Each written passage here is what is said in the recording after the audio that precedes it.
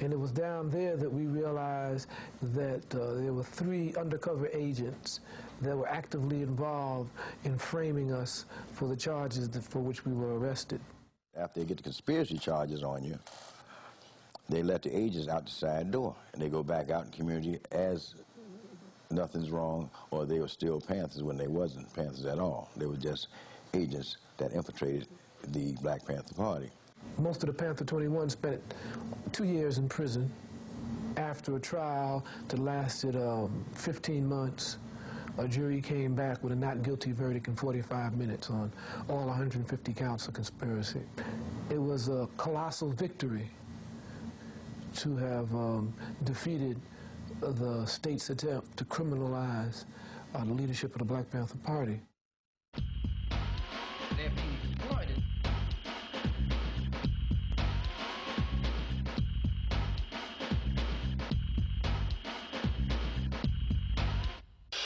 Eldridge Cleaver, the Black Panther leader who fled to Cuba to avoid being returned to jail, arrived in Algeria today to attend a Pan-African cultural festival in Algiers. FBI Director J. Edgar Hoover today asserted that of the black extremist groups, the Black Panthers represent the greatest internal threat to the nation. In his report for fiscal year 1969, Hoover said the Panthers have perpetrated numerous assaults on police and have engaged in violent confrontations throughout the country. You might murder a freedom fighter like Bobby Hutton, but you can't murder freedom fighting, and if you do, you come up with answers that don't answer, explanations that don't explain. You come up with conclusions that don't conclude. Fred Hampton, who, by the way, I would look at as one of the true leaders of the Panthers. Extraordinarily talented. 21 years old. Articulate. Watch some of his films. Hear him speak. Here was a dangerous man. He could persuade people that there was injustice. That the United States ought to be changed. Black people need some peace. White people need some peace. If we are going to have to fight, we're going to have to struggle. We're going to have to struggle relentlessly to bring about some peace, because the people that we're asking for peace, they're a bunch of megalomaniac warmongers, and they don't even understand what peace means. He was the heart and soul of the Chicago chapter of the Black Panther Party. And just an awesome motivator. We hate the oppressor, whether he be white, black, brown, or yellow. And he began to forge coalitions between various street gangs or youth organizations in Chicago. And by doing that, and by being a charismatic leader and being one who could mobilize the people, and particularly the youth, he became noticed by the federal government. We might not be back. I might be in jail. I might be anywhere. But when I leave, you can remember I said with the last words on my lips that I am a revolutionary. And you're going to have to keep on saying that.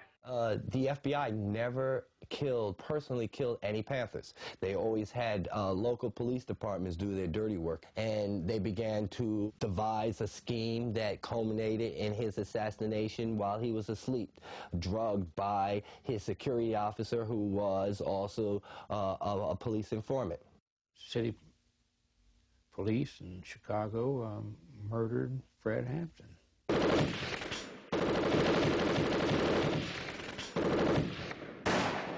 It had happened apparently about 4 o'clock in the morning on December 4th. I didn't hear about it until 6 o'clock that night because I wasn't in town. And they popped this picture up on the screen. Actually 2 pictures, one of Fred Hampton and one of Mark Clark. And I was just stunned. I was just staring at the screen, and I realized I was crying.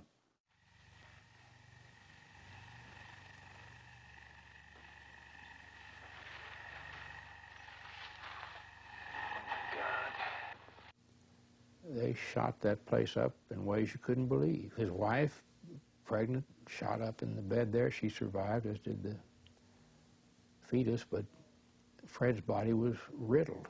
The walls of the room riddled. I mean, you could count scores of bullet holes there.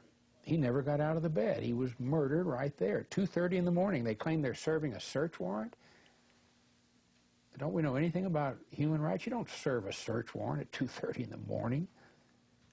You don't come crashing in with guns blazing and kill people asleep in their beds. And the United States of America, or do you? In essence, was an assassination authorized by the FBI or sanctioned by the FBI.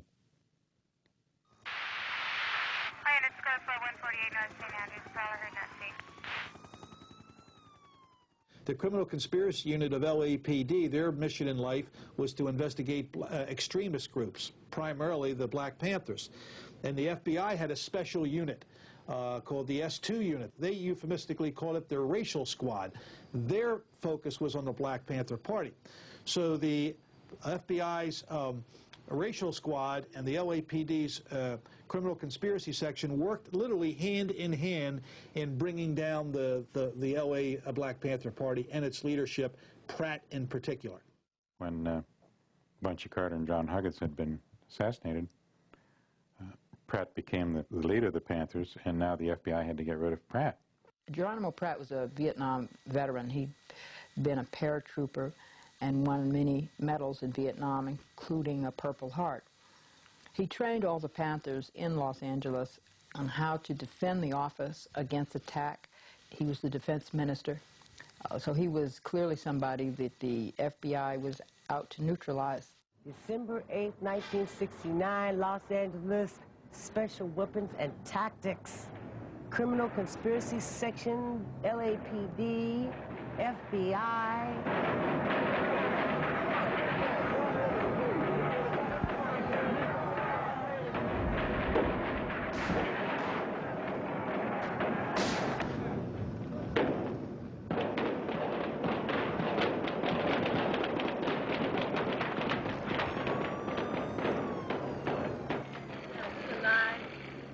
The Black Panthers, as we all know, were destroyed as an organization through these illegal FBI operations.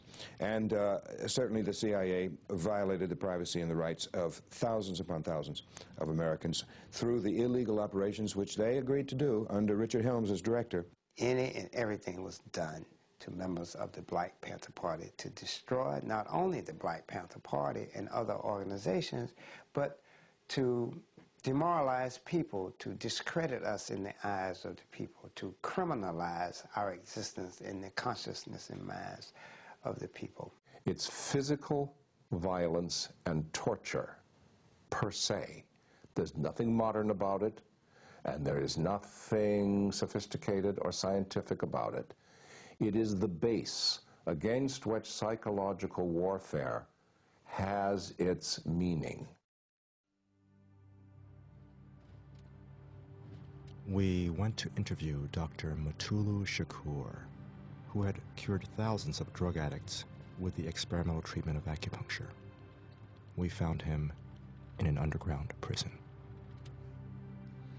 The Black Liberation Movement in 1969 lost something like 43 people were killed, and something like 785 people were arrested and put in prison. In any other country with the population that New African people represent, in any other country in the world, that would be considered war. We went to interview Mumia Abu-Jamal, the Peabody Award-winning journalist. We found him awaiting execution on death row. In essence, when one looks at the aims and objectives of the federal government through the FBI, by way of the COINTELPRO program, what one really sees is a war against Black America, a war against in the words of the finals, in fact, the emergence of a Black Messiah who could lead Black America.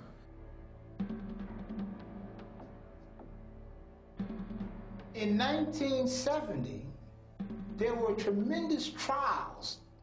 The United States government began to try to sweep up all of the leftovers of the 60s into these major conspiracies.